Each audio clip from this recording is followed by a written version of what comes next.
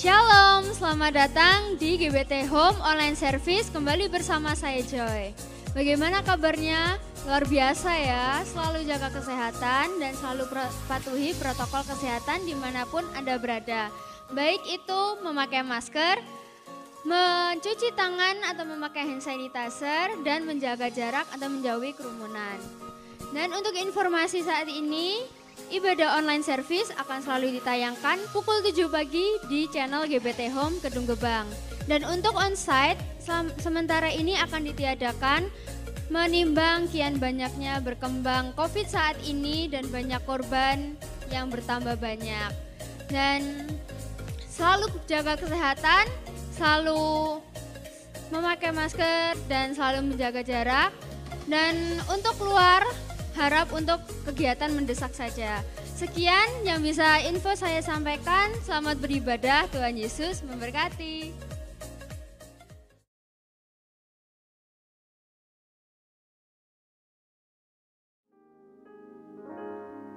Shalom, kita bertemu kembali di dalam online service ibadah GBT Home dengan kami.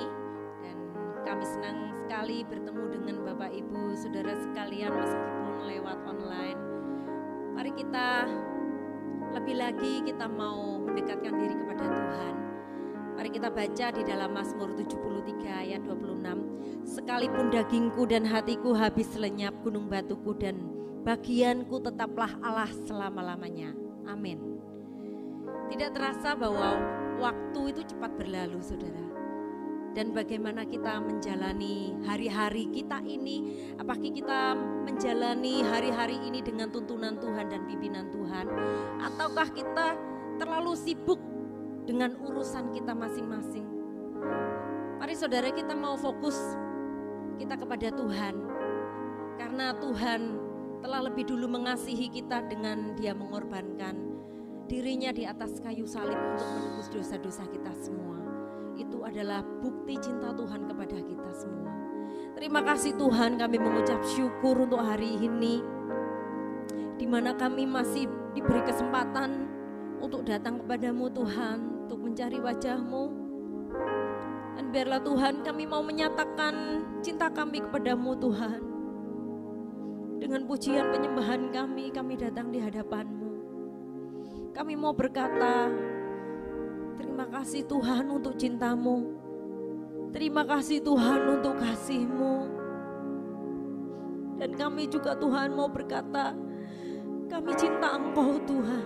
Kami cinta Engkau Tuhan. Haleluya, haleluya, haleluya. Ku cinta Kau, Yesus. Ku puji Kau, Yesus. Ku sembah Kau, Yesus. Tuhan dan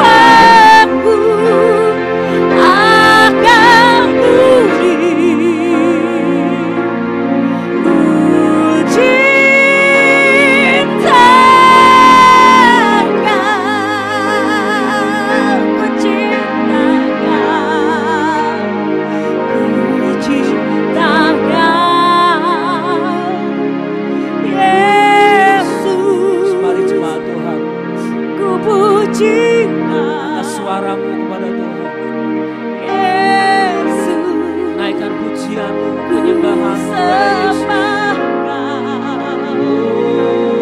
Yesus.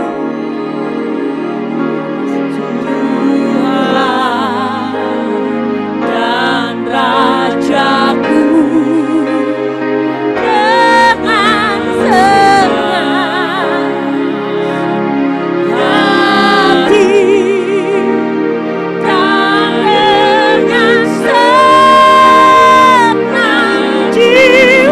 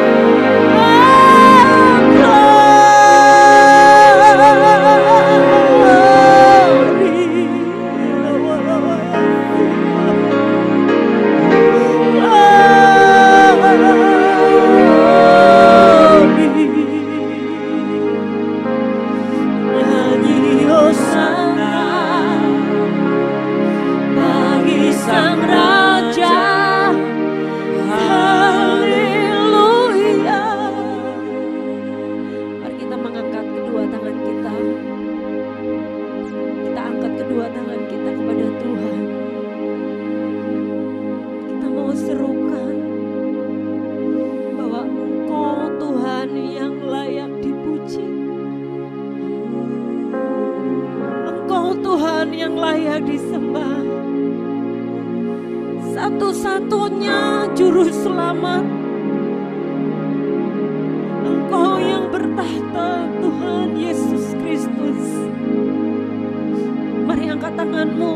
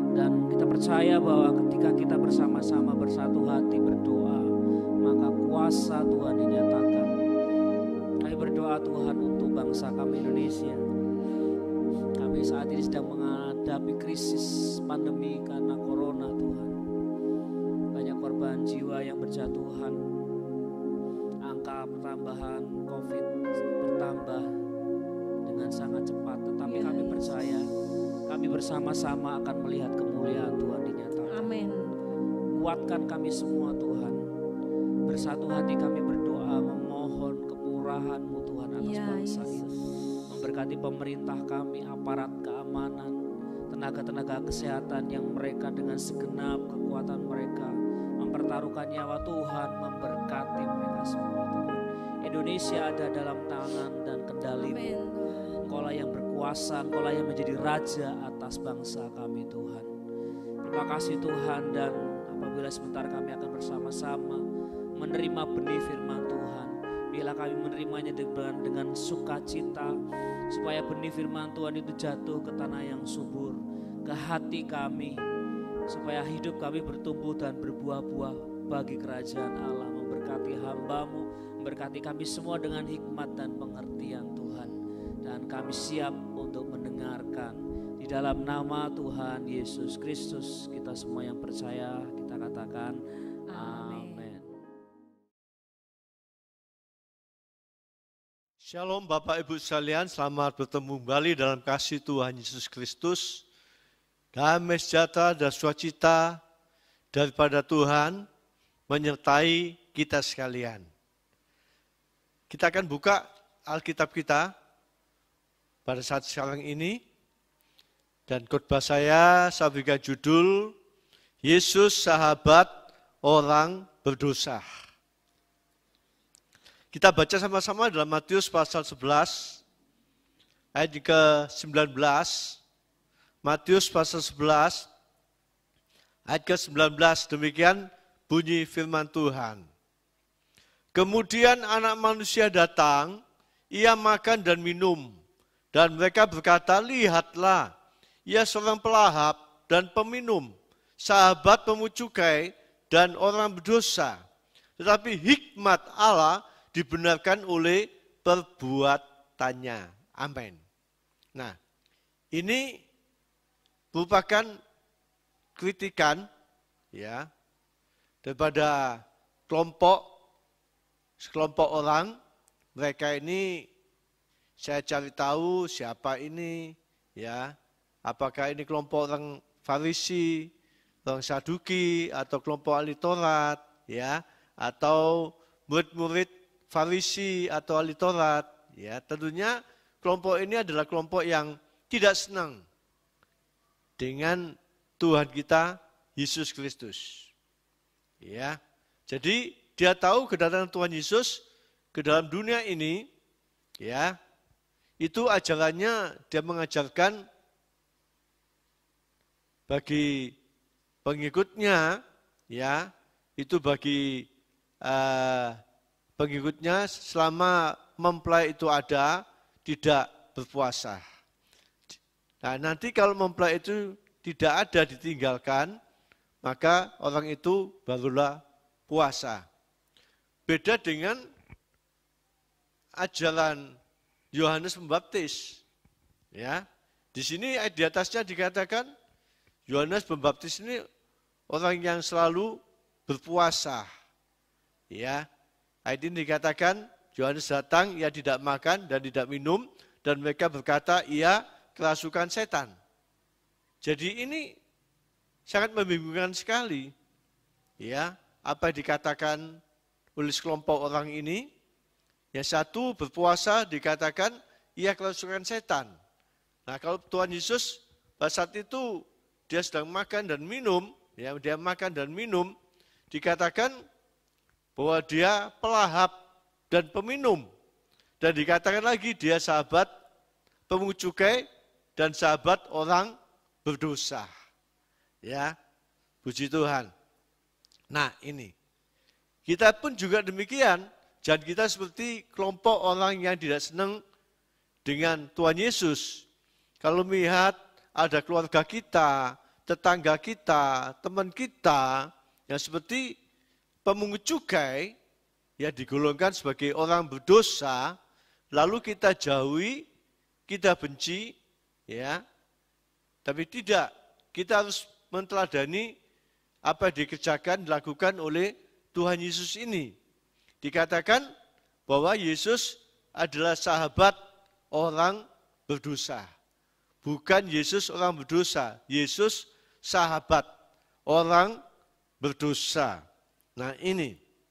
Nah, kenapa dikatakan bahwa Yesus ini sahabat orang berdosa? Ya, karena kelompok orang ini, ya, yang tidak senang dengan Tuhan Yesus itu, dia tahu bahwa Yesus dekat dengan orang berdosa. Itu dalam Matius pasal 9 ayat 10, di sini dikatakan bahwa Yesus makan bersama-sama dengan orang berdosa. Ya, puji Tuhan. Nah, jadi Tuhan Yesus tidak menjauhi, tidak memusuhi, melainkan mendekati orang-orang yang berdosa. Ya, puji Tuhan. Nah, ini. Ya. Dan kita tahu di sini bahwa Tuhan Yesus itu menunjukkan belas kasihannya. Ya. Setiap Yesus datang, dia untuk orang berdosa. Ya, dia katakan demikian ini. Nah, itu jangan kita meniru kelompok-kelompok yang tidak senang dengan Tuhan Yesus. Biarlah kita mencontoh kehidupan kepada Tuhan Yesus. Kita harus mendekati ya orang-orang yang berdosa. Kita mendekati bukan berarti kita kompromi dengan perbuatan-perbuatan yang dia kerjakan atau yang dia lakukan. Seperti yang dilakukan oleh Tuhan Yesus ini. Tujuannya Tuhan Yesus ini untuk memenangkan jiwa orang-orang berdosa ini. Ya, seperti Matius, itu didekati dia pemungut cukai. Nah, setelah didekati oleh Tuhan Yesus, hasilnya Matius meninggalkan pekerjaannya. Dia menjadi pengikut Yesus. Bahkan dia penulis salah satu Injil yang diberikan nama Injil Matius. Ya, sehingga kita semuanya dapat menjadi berkat. Jadi tulisan Matius ini sangat menjadi berkat bagi banyak orang. Ya, puji Tuhan. Ini. Dan juga kalau kita membaca dalam Yohanes pasal 4 ayat 9 ini, Tuhan Yesus juga mendekati perempuan Samaria. Ya, di sini. Padahal kita tahu, menurut pengakuan perempuan Samaria ini, orang Samaria, orang Yahudi tidak bersahabat dengan orang Samaria. Pada saat Yesus datang, saat itu ketemu dengan perempuan Samaria ini, dia kaget. Dia katakan bahwa orang Yahudi tidak bergaul dengan orang Samaria. Ya, apakah Tuhan Yesus tidak tahu keadaan perempuan Samaria ini? Dia sangat tahu. Namanya Tuhan. Malah dia katakan bahwa sekarang ini bukan suamimu. Jadi kehidupan perempuan Samaria ini, ya, dia melakukan perbuatan-perbuatan yang berdosa. Didekati, ya, di sini. Didekati untuk melepaskan perempuan ini dari segala ikatan-ikatan dosa, dari kebiasaan-kebiasaan yang tidak baik. Nah ini. Nah setelah perempuan ini ketemu dengan Tuhan Yesus, kehidupan perempuan ini berubah. Perkataannya, ya, sehingga dia dapat memenangkan orang-orang Samaria, dibawa datang kepada Tuhan Yesus. Karena perkataan perempuan ini. Jadi ayat itu dikatakan karena perkataan perempuan ini, banyak orang Samaria percaya pada Yesus. Datang kepada Tuhan kita, Yesus Kristus. Nah ini, seperti Paulus mengatakan, dalam 1 Korintus 9 ayat 20 dikatakan, ya, kalau kita baca sama-sama lebih baik, ya, 1 Korintus ini kita baca ayat ke-9, pasal 9, ayat ke-20. Dikatakan demikian. Demikianlah bagi orang Yahudi, aku menjadi seperti orang Yahudi, supaya aku memenangkan orang-orang Yahudi. Bagi orang-orang yang hidup di bawah hukum Taurat, aku menjadi seperti orang yang hidup di bawah hukum Taurat.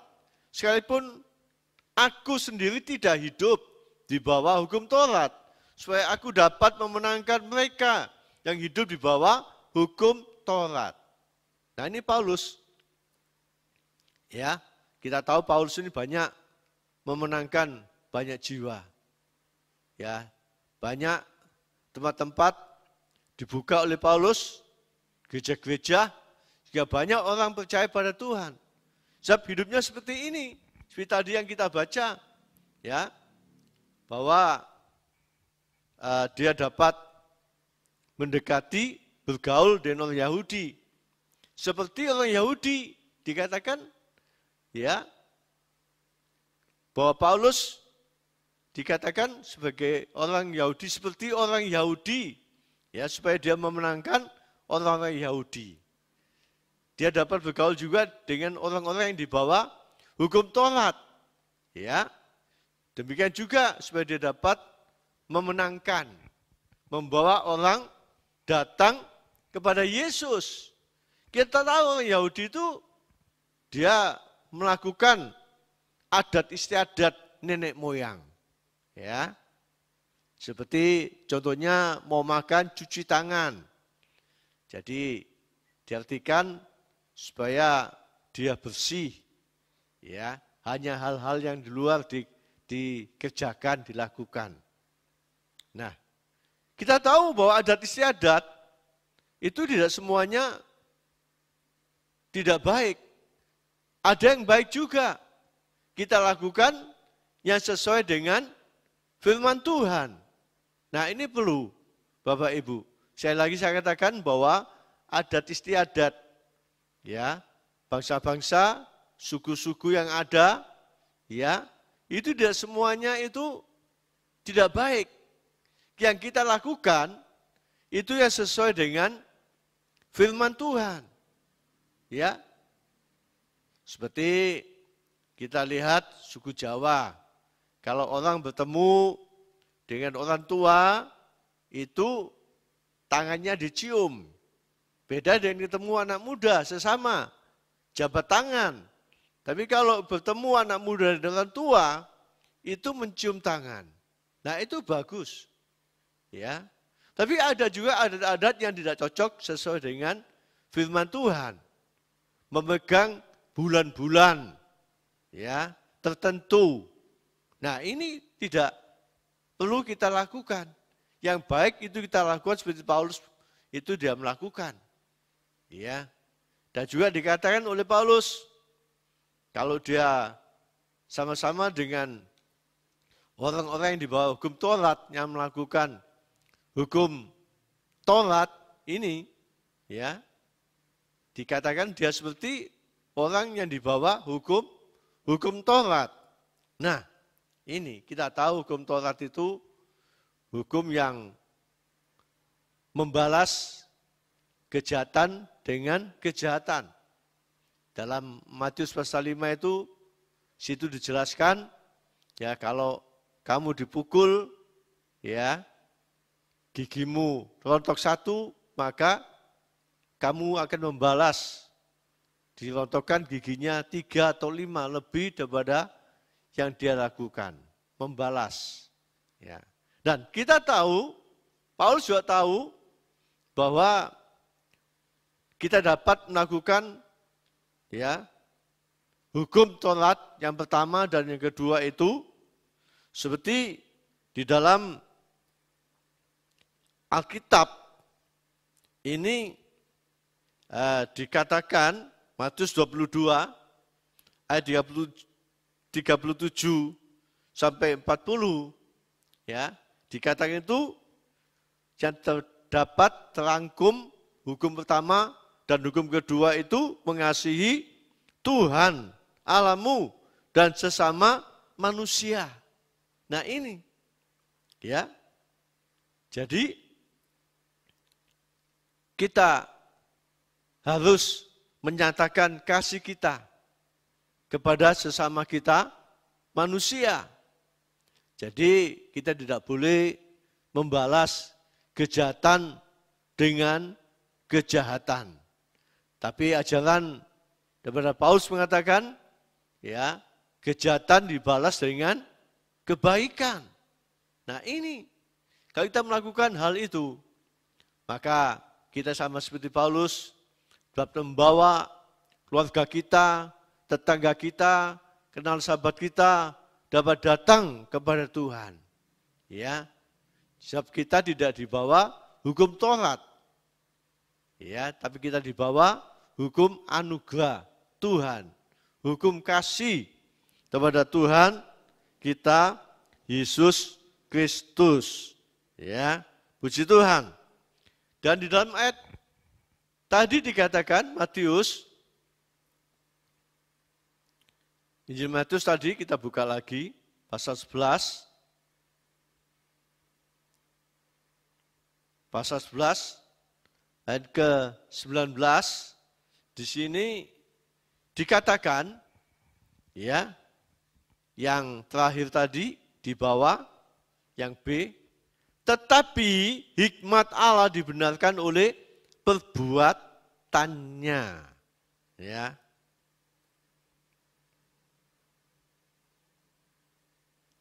Ya, ini.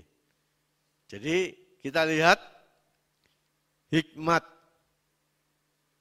Allah dibenarkan oleh perbuatannya. Nah, puji Tuhan. Jadi kita tahu bahwa hikmat Tuhan itu dibuktikan dengan perbuatan-perbuatan yang dilakukan oleh Tuhan kita Yesus Kristus. Ya. Kalau kita lihat ini, ya, Bapak Ibu sekalian, hikmat Tuhan itu ada tertulis dalam Injil Lukas 20, 24 sampai 26. Ya, ini menunjukkan hikmat Yesus lewat perbuatan, lewat perkataan yang dia lakukan. Nah, pada saat itu ada orang bertanya pada Tuhan Yesus, apakah kita wajib membayar pajak kepada raja? Tuhan Yesus tidak mengatakan wajib, tidak mengatakan tidak usah. Ya. Nah, tapi melainkan dia minta mata uang itu. Lalu mata uang itu diberikan Tuhan Yesus, lalu ditanya, mata uang ini gambarnya siapa? Lalu mereka menjawab, ini adalah gambarnya Kaisar. Maka Tuhan Yesus mengatakan, apa yang wajib kamu berikan pada Kaisar, itu kamu berikan. Apa yang wajib kamu berikan pada Tuhan, itu kamu berikan kepada Tuhan. Wah, ini luar biasa. Ya, sehingga orang banyak yang mendengar perkataan Tuhan Yesus ini menjadi heran semuanya. Tentunya tidak pernah mendengar perkataan manusia seperti apa yang dikatakan oleh Tuhan Yesus ini. Membuat orang banyak ini, ya, dikatakan tadi itu menjadi heran. Wah, ini luar biasa sekali, ya, bahwa hikmat Tuhan itu luar biasa. Nah, ini, ya, Bapak Ibu sekalian, dalam firman Tuhan yang sudah saya sampaikan ini menjadi berkat buat kita sekalian. Kita senang punya sahabat Tuhan Yesus. Ya. Dia tidak memusuhi orang berdosa. Tidak dia menjauhi orang berdosa. Dia tidak mengolok-olok orang berdosa. Ya. Melainkan dia inginkan orang berdosa itu dapat diselamatkan, dapat dilepaskan dari segala perbuatan-perbuatan dosa itu, supaya orang itu dapat selamat. Tidak ada seorang pun manusia seperti Tuhan Yesus.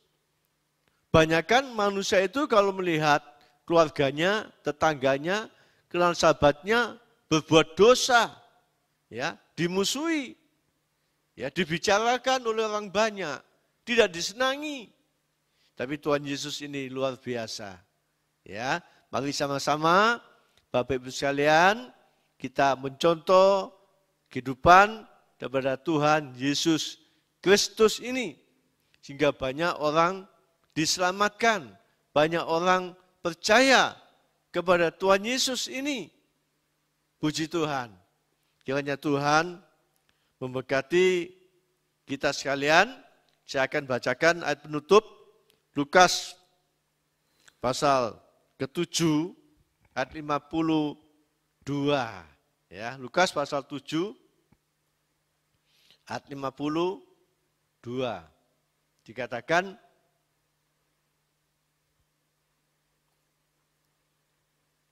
pasal 2, ya, Lukas pasal 2, maaf. Pasal 2 ayat 52. Dan Yesus makin bertambah besar dan bertambah hikmatnya dan besarnya dan makin dikasihi oleh Allah dan manusia. Kita lihat lewat kehidupan Tuhan Yesus, banyak orang, banyak manusia mengasihi Dia. Wah, ini luar biasa. Kalau kita juga mencontoh, melakukan seperti apa yang Tuhan Yesus lakukan, maka kita juga akan dikasihi oleh banyak orang.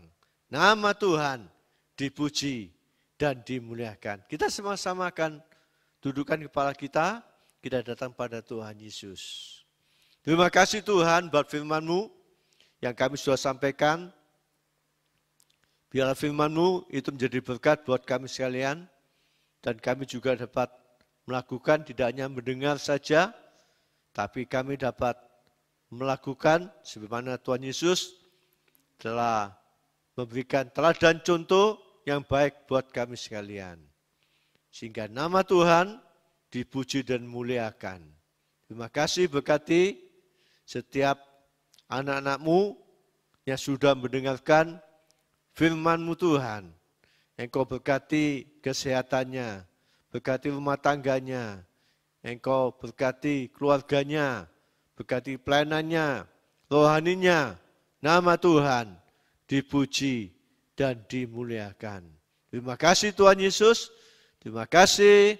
Dan kami sudah berdoa, kami balaskan doa kami satu nama, dalam nama Tuhan Yesus Kristus. Haleluya. Amin.